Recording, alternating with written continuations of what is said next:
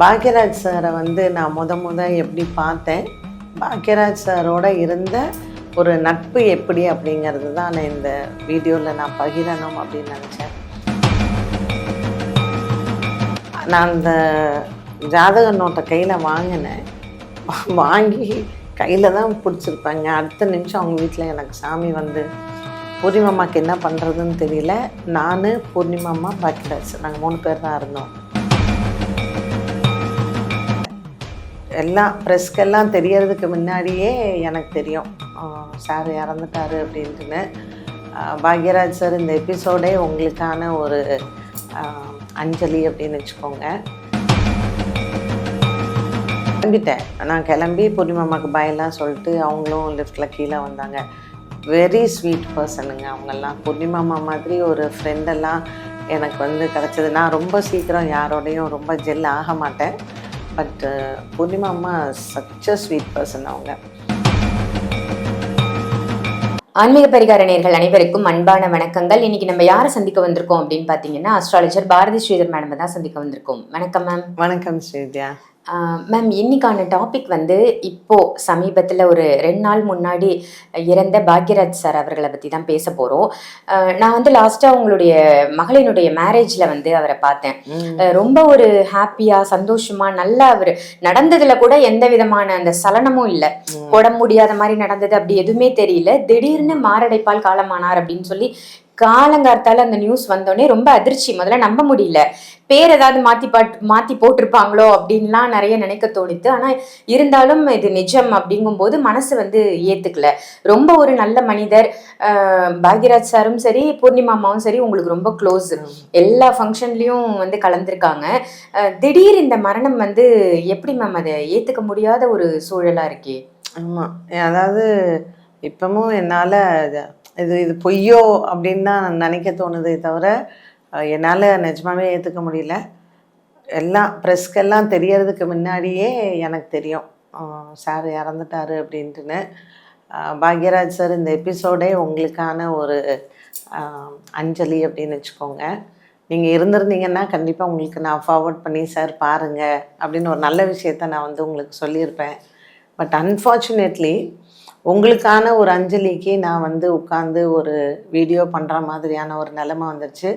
Hartley 1 month back தான் நம்ம பார்த்தோம். நான் எதுக்கு இந்த வீடியோ பண்ணணும்னு நான் ஸ்ரீவித்யா கிட்டே சொன்னேன் அப்படின்னா, நான் ஆக்சுவலாக சார் இறந்த அன்றைக்கி நான் ஊரில் இல்லை, பாம்பேயில் இருந்தேன். காலையில் எனக்கு சார் வாக்கிங் போயிட்டு வீட்டுக்கு போய் வரவு செலவு கணக்கெல்லாம் அவர் பார்த்துருக்காரு. பார்க்கும்போது பூர்ணிமாமா கூட இருந்திருக்காங்க. So he had a chest pain. என் ஹஸ்பண்டுக்கு வந்த மாதிரியே தான் ஒரு செஸ்ட் பெயின் டக்குன்னு பொண்ணு கூட வீட்டில் தான் தூங்கிட்டு இருந்திருக்கா. அவங்க சொல்லக்கூட இல்லை, டக்குன்னு ரஷ் பண்ணியிருக்காங்க ஹாஸ்பிட்டலுக்கு. போகும்போதே அவங்க டாக்டர் சொன்னாங்களாம் கொஞ்சம் பிழைக்கிறது கஷ்டங்கிற மாதிரி. அப்புறம் தான் ஷீ ரஷ் டு அப்போலோ. அவங்க ஃபேமிலி டாக்டர்கிட்ட தான் அவங்க ஃபஸ்ட்டு போயிருக்காங்க. அப்போலோவில் அவர் உயிர் இறந்த அந்த டைம் எனக்கு ஃபோன் வந்துச்சு, இது மாதிரி சார் இஸ் நோ மோர் அப்படின்ட்டுன்னு. நான் என்ன யாரை சொல்கிறாங்க அப்படிங்கிறது ஃபஸ்ட்டு எனக்கு புரியல. காலையில் நான் எந்திரிக்கும்போது யாரை சொல்கிறீங்க அப்படின்னு. ஐயோ பாக்யராஜ் சாருங்க அப்படின்னாங்க. என்ன சொல்கிறீங்க அப்படின்னு. அப்புறம்தான் ப்ரெஸ்க்கு கொடுத்தாங்க. ப்ரெஸ் ரிப்போர்ட் வந்தது. எனக்கு என்ன பண்ணுறதுனே தெரில. பூர்ணிமாமா அந்த டைம் நான் கால் பண்ணேன். பட் எனக்கு தெரியும் அவங்க எடுக்க மாட்டாங்க, எடுக்கிற சூழ்நிலையில் அவங்க இல்லை. அது எனக்கு நல்லா தெரியும். பாக்யராஜ் சாரை நான் எப்படி பார்த்தேன், பாக்யராஜ் சாரோட இருந்த ஒரு நட்பு எப்படி அப்படிங்கிறது தான் நான் இந்த வீடியோவில் நான் பகிரணும் அப்படின்னு நினச்சேன். எல்லாருமே அவர் ஒரு நல்ல எழுத்தாளர், அவர் ஒரு நல்ல மனிதர், ஒரு நல்ல அப்பா, இப்படி பல கோணங்களில் பாக்யராஜ் சாரை அவருக்கு நிறைய புகழஞ்சலி சொன்னாங்க. நான் அவரை பார்த்த கோணம் அவர் என்ன ஒரு குருவாக பார்த்தது தான். ஸோ சாந்தனும் கீகி குழந்தை இல்லை, கல்யாணம் ஆகி இவ்வளோ வருஷம் ஆயிடுச்சு அப்படிங்கும்போது பூர்ணிமாமா என்கிட்ட சொன்னாங்க, சார் உங்களை பார்க்கணுன்னு சொல்கிறாரு, வீட்டுக்கு வாங்க அப்படின்ட்டுன்னு. ஸோ அப்போ தான் ஃபஸ்ட்டு அவங்க வீட்டுக்கு நான் போகிறேன். பூர்ணிமாமாவும் நானும் தான் உட்காந்துருந்தோம். சார் அவர் ரூமில் இருந்து வர்றதுனால வெயிட் பண்ணிகிட்ருந்தோம். ஸோ சார் வந்தார். நல்லா இருக்கீங்களா அப்படின்னு கேட்டார் அவர் குரலில். நல்லா இருக்கேன் சார் அப்படின்னேன். சரி நீங்கள் பார்த்து சொல்லுங்கள் என்ன சொல்கிறீங்களோ அப்படின்னாரு. நான் அந்த ஜாதக நோட்டை கையில் வாங்கினேன். வாங்கி கையில் தான் பிடிச்சிருப்பேங்க. அடுத்த நிமிஷம் அவங்க வீட்டில் எனக்கு சாமி வந்து பூர்ணிமாமாவுக்கு என்ன பண்ணுறதுன்னு தெரியல. நான், பூர்ணிமாமா, பாக்கியராஜ் நாங்கள் 3 பேர் தான் இருந்தோம். அதுக்கப்புறம் அவர் தான் தண்ணி கொடுக்க சொன்னார். அப்புறம் பூர்ணிமாமா அப்படியே ஒரு மாதிரி பேனிக் ஆகி நின்னாங்க. எப்போவுமே அந்த மாதிரியான ஒரு இது வந்ததுன்னா கொஞ்சம் அது டைம் ஆகும், நம்மளா அந்த ரியலைஸ் பண்ணி நம்ம நிலைமைக்கு வர்றதுக்கு. ஸோ ரொம்ப பொறுமையாக உட்காந்துருந்தார் அது வரைக்கும். அதுக்கப்புறம் ஜாதகம் பற்றியெல்லாம் பேசினோம். அதாவது சில விஷயங்கள் நான் சார்கிட்ட பகிர்ந்துக்கிட்டேன். எப்படி வந்து சில பிராயச்சித்தங்கள் பண்ணணும் அப்படின்னு சொல்லிட்டு. ஒரு தான் பெரிய ஒரு டைரக்டர் இல்லை ஒரு பெரிய இத்தனை படங்கள் பண்ண ஒரு இயக்குனர் அந்த பந்தா அதெல்லாம் கிடையவே கிடையாது. ஏன்னா சினி ஃபீல்டில் நானும் மற்றவங்க எத்தனையோ பேரை நான் பார்த்துருக்கேன். வந்து சொல்லுங்கள் எதுவோன்னு நான் சொன்னதுக்கப்புறம் அவர் அந்த கோவில்களுக்கு போய் அவர் பண்ண அந்த பிராயச்சித்தங்கள் அதெல்லாம் வந்து ரொம்பவுமே எப்படி நம்ம சொல்கிற ஒரு விஷயத்த மதிக்கிறாரு அப்படிங்கிறது தான். அப்போது ஒரு மனிதனை வந்து சும்மா ஏதோ நம்ம வீட்டுக்கு கூப்பிட்டோம், ஏதோ ஜோசியம் பார்த்தோம் அப்படின்னா, நான் நிறைய பேர் செலிப்ரிட்டிஸ் கூப்பிடுவாங்க, நான் போவேன், நம்ம பார்ப்பாங்க. சில பேர் மரியாதையே கொடுக்க மாட்டாங்க. அதெல்லாம் ஒரு வீடியோ போடணுன்னா ஆன்மீக பரிகாரத்துக்கு நிறைய வீடியோ வரும். ஆனால் ஒரு மாமனிதர், நிஜமாகவே ஒரு மனிதனை மதிக்க தெரிந்த ஒரு மாமனிதர்னு சொல்லணும் அவரை. அதுக்கப்புறம் அதெல்லாம் முடிச்சுட்டு அவர் வந்து பூர்ணிமாமா தான் ஜென்ரலாக பேசுவாங்க. அப்புறம் பூர்ணிமாமா எல்லாம் நான் சொல்வேன், கவலையே படாதீங்கங்க, வரும் காலத்தில் கண்டிப்பாக அந்த வாரிசு வரும், நீங்கள் கவலைப்படாதீங்க அப்படின்ட்டுன்னு. ப்ளஸ் அவருக்கு இன்னொரு கவலை, பையன் வந்து இன்னும் நல்லா வரலாமே, டேலண்டட் பாய் ஏன் வரலை அப்படின்ட்டுன்னு. அது அடிக்கடி அவர் சொல்லி வருந்துவது உண்டு. என்னதான் நம்ம வந்து ஒரு பப்ளிக்கில் ஒரு பெரிய மனுஷனாக இருந்தாலும் சினிமா அப்படிங்கிறது அவங்க ப்ரொஃபஷன், அவங்க தொழில் அது. பட் அவரும் ஒரு மனிதர் தான். அவருக்கு தனிப்பட்ட விஷயங்களில் எத்தனையோ வருத்தங்கள், எத்தனையோ மன சங்கடங்கள், அந்த மன அழுத்தம் அதெல்லாமும் ஒரு ஹார்ட் அட்டாக்குக்கு ரீசன்னு வச்சுக்கோங்களேன். நம்ம இப்போது ஒரு ஹெல்த்து சரியில்லாமல் போகிறதுக்கு காரணங்கள் பல கவலைகள், பல ஸ்ட்ரெஸ் எல்லாமே இருக்கும். எல்லா மனுஷனுக்கும் இருக்கக்கூடிய ஒரு நார்மல் இதுதான் வைங்க. அதற்கு பிறகு சார் வந்து என் ஹஸ்பண்ட் வந்து அவங்க ஆஃபீஸில் இண்டிபெண்டன்ஸ் டே ஃபங்க்ஷன் இருந்தது. ஸோ அவங்க கமிஷனர் வந்து என்ன பண்ணாங்க, என் ஹஸ்பண்ட்டை வந்து கொஞ்சம் செலிப்ரிட்டிஸை கூப்பிடுங்க, இண்டிபெண்டன்ஸ் டேக்கு ஃப்ளாக் ஹாய்ஸ்டிங்க்கு நம்ம அவங்கள ஆனர் பண்ணணும். சொசைட்டிக்கு யாரெல்லாம் what ever they have done for the society நம்ம அவங்கள ஆனர் பண்ணணும்னு அப்போது இருந்த கமிஷனர் வந்து சொல்லி என் ஹஸ்பண்ட் வந்து என்கிட்ட வந்து கேட்டார். அப்போ நான் சொன்னேன், பாக்கியராஜ் சாரை கேளுங்க அப்படின்ட்டுனேன். ஹஸ்பண்ட் வந்து ஃபோன் பண்ணார் அவருக்கு, நான் வரேன் அப்படின்னு சொல்லிட்டு. உடனே அன்றைக்கி கமிஷனர் ஆஃபீஸ்க்கு வந்து பூர்ணிமாமாவும் வந்து கூட, நான், நளினிமா, பூர்ணிமாமா எல்லோரும் நாங்கள் வந்து அந்த இண்டிபெண்டன்ஸ் டே ஃபங்க்ஷனுக்கு போயிருந்தோம். எங்கள் கூட தான் உட்காந்து சாப்பிட்டாரு. இப்போ நான் கேட்டேன், சார் வாங்க நம்ம பிரேக்ஃபாஸ்ட் சாப்பிட்லாம் அப்படிங்கும்போது சொன்னார், நான் டயபெட்டிஸு, எனக்கு டயபெட்டிக் இருக்குது, ஸோ நான் டைமுக்கு சாப்பிட்ணுன்னு. அப்புறம் கமிஷனர் சாரும் சாப்பிடுங்க அப்படிங்கும்போது எங்களோட தான் உட்காந்து ஒரு ஃபேமிலியில் எல்லோரும் எப்படி பேசிட்டு ஜாலியாக சாப்பிடுவோமோ அந்த மாதிரி தான். நாங்கள் குவஹாத்தி போகும்போது, காமாக்கியா போகும்போது நாங்கள் எல்லாம் அந்த ரெட் கலர் சாரீ கட்டி ஃபோட்டோலாம் அனுப்பும்போது பூர்ணிமாமாட்ட சொன்னாராம், அந்த காமாக்கியா வந்து அந்த காளிக்கு கூட உக்ரம் கம்மியாக தான் இருக்கும். உங்கள் 3 பேர் யார், நான், நளினிமா, பூர்ணிமாமா 3 பேரும் எங்கள் ஃபோட்டோவை பார்த்துட்டு நீங்கள்லாம் தான் ஒரிஜினல் காளி மாதிரி இருக்கீங்க அப்படின்னு சொல்லிட்டுலாம் சார் அவருடைய அந்த ஸ்டைல், அவருடைய துணியில் வந்து அந்த காமெடியாக அவர் சொல்லும் போதெல்லாம் அதெல்லாம் இன்றைக்கெல்லாம் நினைக்கும்போது எப்படி நம்ம அவரை இழந்துட்டோம் அப்படின்னு. என்னன்னு தெரியல, அவரை பிழைக்க வச்சிருக்கலாம். ஒரு மேசிவ் அட்டாக் வரும்போது ஒன்றும் பண்ண முடியாது. ஏன்னா நான் என் ஹஸ்பண்டுக்குமே நான் அதை பார்த்துருக்கேன். ஒரு பெரிய அட்டாக் வந்து என் ஹஸ்பண்டை நம்ம காப்பாற்றினோம். அதனால் ரொம்ப ரொம்ப ஒரு வருத்தமான ஒரு விஷயம். அப்புறம் பொண்ணு கல்யாணத்துக்கு இன்விடேஷன் வைக்க போயிருந்தேன். அப்போ பூர்ணிமாமா சொன்னாங்க, நான் வீட்டுக்கு தான் போனேன். பூர்ணிமாமா வந்து சார் தூங்குறாரு அப்படின்ட்டுன்னு. சரி அப்போ நான் கொடுத்துட்டு போகிறேன் அப்படின்னு நானும் என் டாட்டர் பூர்ணிமாமா உட்காந்து நல்லா கதை பேசினோம். பேசிட்டு நான் கிளம்பிட்டேன். நான் கிளம்பி பூர்ணிமாமாக்கு பாய்லாம் சொல்லிட்டு அவங்களும் லிஃப்ட்டில் கீழே வந்தாங்க. வெரி ஸ்வீட் பர்சனுங்க அவங்கெல்லாம். பூர்ணிமாமா மாதிரி ஒரு ஃப்ரெண்டெல்லாம் எனக்கு வந்து கிடச்சது. நான் ரொம்ப சீக்கிரம் யாரோடையும் ரொம்ப ஜெல் ஆக மாட்டேன். பட் பூர்ணிமாமா சச் அ ஸ்வீட் பர்சன் அவங்க.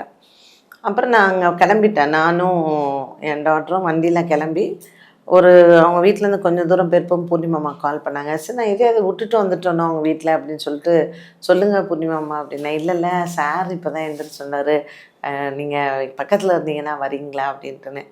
பாக்யராஜ் சாருக்கு என்னங்க என்னைய திருப்பி ஃபோன் பண்ணி அவங்க வீட்டுக்கு கூப்பிடணும் அப்படிங்கிற நெசசிட்டி என்ன? அவருக்கு அந்த மாதிரி நம்மளை திரும்பி ஐயோ நமக்காக வந்தாங்க, நம்ம அவங்கள பார்க்கல, திருப்பி அவங்கள கூப்பிடணும், அந்த மரியாதை கொடுக்கணும் அப்படிங்கிறது எல்லாருக்கும் அந்த மனோபாவம் வரவே வராது. He is really great. சாரை விட ரொம்ப கீழே, அதாவது சினிமாலேயே சார் அளவுக்கு பெரிய பேர் புகழ் இல்லாதவங்களையும் நான் பார்த்துருக்கேன். ஐயோயோ அப்பா அவங்கெல்லாம் பண்ணுற அலம்பலும் அந்த இதுவும், அதாவது என்னமோ அந்த இண்டஸ்ட்ரியில் அவங்கள விட்ட ஆள் இல்லாத மாதிரியும், அவங்களால தான் இண்டஸ்ட்ரியே இருக்கிற மாதிரியும் இருக்கிறவங்க, அந்த ஹெட் வெயிட்டு, அந்த திமிரு, நம்மளை மதிக்காத இருக்கிற மக்கள் இருக்க தான் செய்கிறாங்க. இவர் நம்ம சொல்லுவோம் இல்லையா, மனிதர், இவர் மாமனிதர் அப்படின்னு தான் நம்ம சொல்லணும். அதுக்கப்புறம் ரிசப்ஷனுக்கு வந்தார். வந்துட்டு கொஞ்சம் பேசினார். பேசிகிட்டு இருக்கும்போது நான் சொன்னேன், கண்டிப்பாக சாப்பிட்டுட்டு போங்கன்னு. ஐயோ இல்லைங்க, நான் போய் வீட்டில் இன்ஜெக்ஷன்லாம் போட்டுட்டு அதுக்கப்புறம் நான் சாப்பிட்றேன். பூர்ணிமா இருக்கும், பூர்ணிமா இருந்து எல்லா ஃபங்க்ஷன்லாம் நடத்திட்டு வருவாங்கன்னு. எங்கள் வீட்டில் பூர்ணிமா அம்மா பாப்பாவுக்கு நலங்கு வைக்கிறதுலேருந்து வந்தாங்க. அதாவது நான் நல்லிமா, நல்லிமாவுக்கு தான் நான் தேங்க்ஸ் சொல்லணும். நல்லிமா மூலமாக தான் எனக்கு பூர்ணிமா அம்மா ஃப்ரெண்டானாங்க. ஸோ நல்லிமா இல்லாமல் நான் எங்கள் வீட்டில் எந்த ஃபங்க்ஷனும் நடக்கவே நடக்காது. ஸோ பூர்ணிமா அம்மாவும் அதோடு சேர்ந்து வந்து நலங்கு வச்சது, பாப்பாவுக்கு வந்து எல்லாமே சங்கீத், நான் சில வீடியோஸ்லாம் உங்களுக்கு போடுறேன், நீங்கள் பார்க்கலாம். பூர்ணிமா அம்மா எப்படி பேசியிருக்காங்க அப்படிங்கிற ஒரு வீடியோ நான் போடுறேன். அதே மாதிரி எங்கள் கூட சங்கீத்தில் டான்ஸ் ஆடினது பூர்ணிமா அம்மா. ஒரு ஃபேமிலி மாதிரிங்க நாங்கள்லாம். அதாவது அவங்க வந்து ஒரு பெரிய செலிப்ரிட்டி, நம்ம வந்து ஒரு நார்மல் பர்சன், அப்படி கிடையவே கிடையாது. அதில் ஒரு சினிமா துறையில் அட் பார் அப்படின்னு சொல்லணுன்னா நல்லிமா, பூர்ணிமா அம்மாலாம் நம்ம சொல்லணும். நல்லிமா சான்ஸே கிடையாது. அவங்க வேறு லெவல். அவங்களுடைய இது பாணியில் சொல்லணும் அப்படின்னா, பாக்யராஜ் சாருக்கு நான் அப்புறம் நல்லிமாக்கு ஃபோன் பண்ணேன். ஐயோ அம்மா நான் இங்கே இருக்கேன், என்னால் வர முடியாதுன்னு. இன்னொன்று இப்போ பாப்பா கல்யாணம் ஆனதுனால ஒரு 3 மாதம் எங்கேயும் துஷ்டி கேட்க போகக்கூடாது அப்படின்னு சொன்னாங்க என்ன. அதுவும் ஒரு காரணம் நான் போகாமல் இருக்கிறதுக்கு. பட் எப்படியும் பூர்ணிமா அம்மாவை நான் ஒரு 2 மாதம் கழித்து போய் நான் பார்ப்பேன். அவங்க கடவுள் தான் அவங்களுக்கு அந்த சக்தியை கொடுக்கணும். பூர்ணிமா அம்மா வந்து ஒரு மாதிரி ரொம்ப பேச மாட்டாங்க. பட் ரொம்ப ரொம்ப ஒரு அமைதியான பர்சன், ரொம்ப லவ்விங். நம்ம ஏதாவது ஒன்று வாங்க பூர்ணிமா அம்மா என்ன நீங்கள் அந்த வேலையெல்லாம் நீங்கள் ஆக்சுவலாக அவங்க எங்கள் சங்கீத்துக்கு வரும்போது வேறு ஒரு சினிமா துறையில் ஒரு பெரிய செலிப்ரிட்டியோட சங்கீத்து ஈசிஆரில். அப்போ பூர்ணிமா அம்மா என்கிட்ட சொன்னாங்க, அதுக்கு போகிறதா இதுக்கு போகிறதான்னு தெரியலையே பார்த்தி அப்படின்ட்டு, உங்களுதுக்கு வரதா அங்கே போய் எப்படி நான் அட்ஜஸ்ட் பண்ண போகிறேன்னு எனக்கு தெரியலையேன்னு. நான் சொன்னேன், உங்கள் வீட்டில் சாமி ரூமில் சீட்டு குலுக்கி போடுங்க, யார் பேர் வருதோ நீங்கள் வாங்க பூர்ணிமா அம்மா அப்படின்ட்டு சொன்னேன். நான் நம்ப மாட்டீங்க, அவங்க எங்கள் சங்கீத்துக்கு ஈவினிங் ஜம்முன்னு ட்ரெஸ் பண்ணிட்டு வந்தாங்க, அங்கே போகல. அதுக்கப்புறம் மறுநாள் தான் அவங்க வந்து இதுக்கு போகிறேன்னாங்க. அப்புறம் நம்ம வீட்டில் கல்யாண பொண்ணு ஆக்குனதுக்கு வந்தாங்க. அப்புறம் ரிசப்ஷனுக்கு வந்தாங்க. என் பேரனோட பிறந்த நாளைக்கு வந்தாங்க. ஸோ ஒரு ஃபங்க்ஷன் கூட இவங்கெல்லாம் இல்லாமல் நான் பண்ணுறதே கிடையாது. எனக்கு வந்து நான் சொந்தத்தை கூட ரொம்ப கூப்பிட மாட்டேன். ஆனால் இவங்கெல்லாம் எனக்கு சொந்தங்களுக்கு மேலே. அப்படி ஒரு எங்கள் ஃபேமிலியில் பாக்யராஜ் சார் வந்து ஒரு ஃபேமிலி மெம்பராக நாங்கள் பார்க்குறோம். அவர் இன்றைக்கி இல்லை, நம்மள்ட்ட இல்லை அப்படிங்கும்போது இந்த துக்கம்லாம் வந்து தாங்கவே முடியாது. இது சொல்லுவாங்கள்ல, டைம் இஸ் த பெஸ்ட் ஹீலர்னு சொல்லுவாங்க. பட் என்றைக்கும் எங்கள் நெஞ்சத்தில் வந்து வாழக்கூடிய ஒரு மாமனிதர் அவர். Super ma'am. ரொம்ப அருமையாக சொன்னீங்க. ஒவ்வொரு மனிதருமே, இல்லை டேரக்டராக இருக்கட்டும், சினி ஃபீல்டில் இருக்கிறவங்களா இருக்கட்டும், ஒவ்வொருத்தரும் பாக்யராஜ் சாரை ஒவ்வொரு கோணத்தில் பார்த்துருப்பாங்க. ஆமாம், ஒவ்வொரு விதத்தில் அவர் பழகியிருப்பார். இருந்தாலும் நீங்கள் பார்த்த கோணம் அப்படிங்கிறது ரொம்பவே வித்தியாசமாக. ஆக்சுவலாக அவருக்கு இந்த 73வது பிறந்த நாள் வந்தது இல்லையா, அப்போ கூட என்ன ஹோமம் பண்ணணும், ஹெல்த்துக்கு என்ன பண்ணணும் அப்படிங்கிறதெல்லாம் அவர் வந்து கேட்டுண்டார். அதனால் அவர் நல்ல, அதாவது ஒரு ஸ்பிரிச்சுவலாகவும் சரி, ஜோதிடத்தை ரொம்ப நம்பக்கூடியவர், கடவுளை ரொம்ப நம்பக்கூடியவர், குடும்பத்துக்கு தேவையானது அவர் செய்யக்கூடியவர், ஒரு நல்ல அப்பா, ஒரு நல்ல கணவர், எல்லா பரிமாணங்கள்லேயும் அவரை எனக்கு ரொம்ப பிடிக்கும். அவரை போலெல்லாம் வந்து அந்த ஸ்கிரிப்ட் ரைட்டிங்கில் நான் அவர்கிட்ட சொன்னேன், சார் சாந்தனுவை வந்து ஹீரோவாக விட்டுருங்க, உங்கள் டேலண்ட் சாந்தனுக்கு நிறையா இருக்குது, அவரை வந்து நீங்கள் ஒரு ஸ்கிரிப்டை எழுத சொல்லுங்கள், சூப்பராக பண்ணுவார் பாருங்கன்னு. அவர் அப்படியா சொல்கிறீங்க, அவன் ஹீரோவால் போகணும்னு சொல்லிட்டு இருக்கான்னு. நான் சொன்னேன், அந்த கோணத்தை மாற்ற சொல்லுங்கள், சூப்பராக வருவார் அவர் அப்படின்ட்டுன்னு. ஏன்னா சாந்தனுக்கு அவங்க அப்பாவுடைய இது கண்டிப்பாக இருக்குது. அதாவது ஆஞ்சநேயருக்கு அவர் பலம் தெரியாது அப்படின்னு சொல்லுவாங்க இல்லையா, அவர் வந்து ராமநாமத்தை சொல்லும்போது தான் அவருக்கு அது மாதிரி. சாந்தனு அவள் அப்பாவை நினச்சி ஒரு ஸ்கிரிப்ட் எழுதினார்னா மீண்டும் ஒரு பாக்யராஜ் திரை உலகத்தில் நம்ம வந்து பார்க்கலாம். அதனால் சாந்தனுக்கு ரெக்வெஸ்ட்டு, நீங்கள் கண்டிப்பாக உங்கள் அப்பாவுடைய அந்த கதை, திரைக்கதை, வசனம், டைரக்ஷனை பண்ணுங்கள். உங்கள் பாக்யராஜ் மாதிரி நீங்கள் உங்கள் சாந்தனு அப்படிங்கிற போடுற காலம் ரொம்ப சீக்கிரம் வரும் சாந்தனு. சூப்பர் மேம், ரொம்ப அருமையாக சொன்னீங்க. நீங்கள் சொன்ன வார்த்தைகள் வந்து சாந்தனு சாருக்கும் ஒரு பெரிய பேக் போனாக, பேக் சப்போர்ட்டாக இருக்கும். இப்போ இல்லை அவர் பாருங்களேன், அவர் கண்டிப்பாக ஒரு நாள் ஒரு நல்ல ஹீரோவாக பெருசாக ஷைன் பண்ணலை, நல்ல டேலண்டட் பர்சன். ஸோ அவர் டேலண்ட் வந்து அவர் நடிப்பு அப்படிங்கிறத விட அவங்க அப்பா எப்படி ஒரு எழுத்தில் வந்து பல சமூக சீர்திருத்தங்கள் அவரால் வந்து வந்தது. அவருடைய படங்களை எல்லாம் நம்ம எடுத்து பார்க்கும்போது ஒவ்வொரு படத்தில் ஒவ்வொரு விஷயங்களை அவர் சொல்லியிருப்பார். ப்ராபப்ளி அவர் சொன்ன விதங்கள் காமெடியில் இருக்கலாம், இல்லை வந்து வேற ஒரு கோணத்தில் பார்க்குறவங்க, ஆனால் அவர் கருத்து சொன்ன வந்த விதம் வந்து பார்த்திங்கன்னா ரொம்ப நல்லாயிருக்கும். அண்ட் எல்லாமே வந்து உமன் ஓரியன்ட் சப்ஜெக்ட்ஸ் தான் அவருடைய படங்கள் எல்லாம். ஸோ பெண்களினுடைய ஆதரவு அவருக்கு எப்போவுமே நிறையா இருந்திருக்கு அவர் படங்களில்.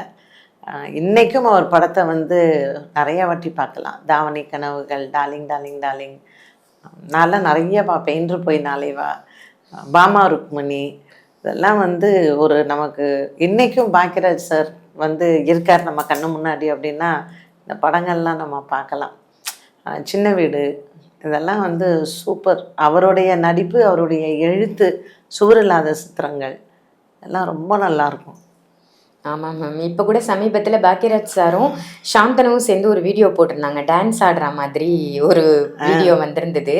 சாருக்கு வந்து அந்த அளவுக்கு டான்ஸ் மூமெண்ட் வராது, ஆனா ஒரு ஸ்டெப் மட்டும் ரொம்ப சூப்பரா போடுவார். எல்லா படத்துலயும் அந்த ஸ்டெப் கண்டிப்பா இருக்கும், எம்ஜிஆர் சார் மாதிரி தான். அதை வந்து சாந்தனு நான் இந்த ஸ்டெப் போடுறேன் அப்படின்னு சொல்றதும் பாக்யராஜ் சார் இல்ல. இப்போ பாக்யராஜ் சாருக்கு 50 செலிப்ரேட் பண்ணாங்கல்ல, அது கூட பூர்ணிமம்மா என்னை கூப்பிட்டுருந்தாங்க, கண்டிப்பாக வாங்க பாரதி, ரொம்ப அரங்கம் சின்னது, அதனால் என்னை ரொம்ப பேர் என்னால் கூப்பிட முடியல அப்படின்னு சொல்லிட்டு. ஆக்சுவலாக கொஞ்சம் முன்னாடியே பண்ண வேண்டியிருந்தது, அதுலேயும் கொஞ்சம் தடங்கள்லாம் வந்து அப்புறம் அது பண்ணாங்க. ஏன்னா டேட்ஸ் கிடைக்காம இருந்தது, ரஜினி சார்து, கமல் சார்தெல்லாம் டேட்ஸ் கிடைக்காம இருந்தது. அப்புறம் எப்படியும் அது ஆக்சுவலாக அது 2 years பேக்கே பிளான் பண்ணாங்க. அதுக்கப்புறம் அது ஒரு மாதிரி ஷேப் பண்ணி வந்தது. அந்த டைமில் என் ஹஸ்பண்ட்க்கு ஹார்ட் அட்டாக் வந்து ட்ரீட்மெண்ட்டில் இருந்ததுனால என்னால் போக முடியல அந்த டைமில். இதெல்லாம் வந்து நினச்சே நான் பார்க்கல. எப்படி வந்து சில சமயத்தில் கடவுள் மேலே நமக்கே கோவம் வருது, ஏன் நீ இந்த மாதிரி நல்ல மனிதர்கள் இன்னும் அவங்க ஒரு 10 வருஷம் இருக்கலாம் சார்லாம், இன்னும் ஏன் அப்படின்னு. நீங்கள் ஸ்ரீவித்யா சொன்ன மாதிரி எங்கள் வீட்டு ரிசப்ஷனுக்கு வரும்போதெல்லாம் ரொம்ப ஹெல்த்தாக எங்க அவர் அவங்க வாக்கிங் கூட போகிற ஃப்ரெண்டும் எனக்கு ரொம்ப, நம்ம கிளைண்ட்டு ரொம்ப ஃபேமிலி ஃப்ரெண்ட், அவங்களும் கல்யாணத்துக்கு வந்திருந்தாங்க ரிசப்ஷனுக்கு. நான் அவங்களுக்கு தான் உடனே ஃபோன் பண்ணேன், என்ன ராஜி இன்னைக்குன்னா, ஐயோ அவங்க 2 பேருமே வாக்கிங் வந்தாங்க பற்றி, எங்கள் ஒரு ரமேஷ் சார் கூட தான் வாக்கிங்கும் போனாங்க, காரில் நன்னா தான் ஏறி போனாங்கன்னு. என்ன ஒரு நல்ல சாவுங்க. எல்லாருக்கும் இந்த மாதிரியான ஒரு டெத்து கிடைக்கவே கிடைக்காது. நம்ம பண்ண புண்ணியம். பாக்யராஜ் சார்னால நிறைய பேர் வாழ்ந்திருக்காங்க இண்டஸ்ட்ரியில், அவர் நிறைய பேரை வாழ வச்சுருக்காரு. அந்த புண்ணியம் அவருக்கு ஒரு நல்ல முடிவை வந்து கொடுத்தது. அதனால் பிறப்பு இறப்பு ரெண்டுமே நம்ம கையில் கிடையாது. அப்படியே இழுத்துக்கிட்டு, ஏன்னா என்கிட்ட உடம்பு சரியில்லாமல் அப்பா அம்மா வயசாகி இழுத்துட்ருக்கிறவங்க, ஐயோ ஏதாவது ஒரு பரிகாரம் சொல்லுங்கள் மேடம், எங்கள் அப்பா அம்மா கஷ்டப்படுறத பார்க்க முடியலன்னு சொல்லி என்கிட்ட கேட்டவன் எத்தனையோ பேர் இருக்கா. அப்படி இருக்கிற ஒரு உலகத்தில் இப்படிங்கிறதுக்குள்ளே ஒரு மரணம் ஏற்பட்டு, அவர் வந்து அதுவும் ஒரு சனி பிரதோஷத்தில் ஒரு சிவன் அவருக்கெல்லாம் டைரெக்டாக அவரெல்லாம் கைலாயம் தான் போயிருப்பார். சிவன் அப்படியே தூக்கின்னு இருப்பார் அவரை. அப்போ எந்த அளவுக்கு அவர் மனசில் ஒரு தெய்வ பக்தி இருந்திருக்கணும், எத்தனை பேரோட ஆசீர்வாதம் அவருக்கு இருந்திருக்கணும், ஒரு நல்ல முடிவு அவருக்கு வந்தது அப்படிங்கிறது நம்ம வாழும் காலத்தில் நம்ம எப்படி வாழறோங்கிறது இந்த உலகம் பார்க்கவே பார்க்காதுங்க. நம்ம இறந்த போது நம்மளை சேர்ந்து எவ்வளோ கூட்டம் இருக்குது. ஒரு மனிதன் போகும்போது என்னமா வாழ்ந்தான், எப்படி இவனுக்காகன்னு 2 சொட்டு கண்ணீர் வடிக்கிறாங்க பார்த்தீங்களா? அப்படி இவருக்கு வந்த கூட்டம் இன்றைக்கும் வந்து பார்த்திங்கன்னா ஒரு நம்ம சொல்லவே முடியாது அந்த அளவுக்கு. பட்டு இந்த இழப்பு வந்து நான் கடவுள்கிட்ட வேண்டிக்கிறது என்னென்னா, பூர்ணிமா அம்மாவுக்கு நல்ல ஒரு மன தைரியத்தை வந்து கடவுள் கொடுக்கணும். அஃப்கோர்ஸ் நல்லிமா நாங்கள்லாம் என்றைக்குமே அவங்களுக்கு கூட இருப்போம். நல்லிமா நேற்றே வந்து சொல்லிட்டாங்க, நம்ம வந்து பூர்ணிமா தனியாக இருக்கும் போதெல்லாம் போய் கொஞ்ச நேரம் உட்காந்து டைம் ஸ்பெண்ட் பண்ணலாம், அவங்கள எங்கேயாவது நம்ம வந்து இப்படி கொஞ்சம் வெளியில் கூப்பிட்டு போகலாம், அவங்க தனியாக இருக்க வேண்டாம் அப்படின்ட்டுன்னு. அவங்க ஜென்ரலாகவே அவங்க பசங்களை எல்லாமே ரொம்ப டிஸ்டர்ப் பண்ண மாட்டாங்க பூர்ணிமா அம்மா. அது மாதிரி அவங்க சாரை தான் ஃபுல்லாக பார்த்துக்குவாங்க. சாருக்கு கண் ஆப்ரேஷன் நடந்த டைமில் கூட பூர்ணிமா அம்மா எங்கேயுமே வெளியில் வரல. அவருக்கு ஐ ட்ராப்ஸ் போடணுங்க, அவரை விட்டுட்டு வரவே முடியாதுங்கன்னு எல்லாத்துக்கும் பூர்ணிமா அம்மாவை தான் கூப்பிடுவார். பூர்ணிமா அம்மா இப்படி அவங்கள விட்டுட்டு சாரை விட்டுட்டு இப்படி வந்து நான் பார்த்ததே கிடையாது. எல்லாம் செஞ்சு வச்சுட்டு தான் வருவாங்க. Such a dedicated wife she was. அதனால் கடவுள் வந்து அவங்களுக்கு ஒரு நல்ல ஆத்மா பலத்தை கொடுக்கணும். பாக்யராஜ் சார் ஒரு தெய்வமாக இருந்து அந்த குடும்பத்தை காப்பாற்றணும். அவர் ஆத்மா சாந்தி அடையணும். கண்டிப்பாக அவருக்கு சத்கதி தான். ஒரு சனி பிரதோஷத்தில் அவர் உயிர் போனது வந்து உண்மையிலேயே அவர் வந்து பாக்கியம் செஞ்ச பாக்யராஜ் தான். நிச்சயமா மேம்.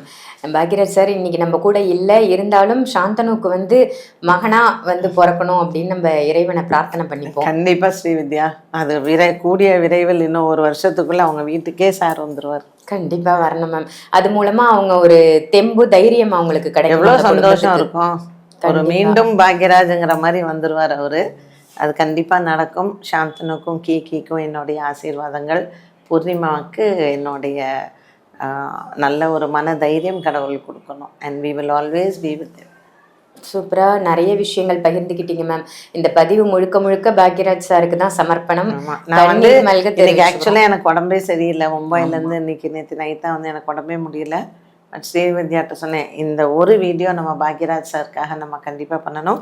அது நான் அவருக்கு கொடுக்குற ஒரு புகழ அஞ்சலி அப்படின்னு சொல்லிட்டு. நிச்சயமா மேம். நிறைய நல்ல விஷயங்கள் அவரை பற்றி நிறைய புதிய தகவல்கள் மக்களுக்கு இந்த பதிவின் மூலமாக தெரிஞ்சிருக்கும். நன்றி மேம். நன்றி.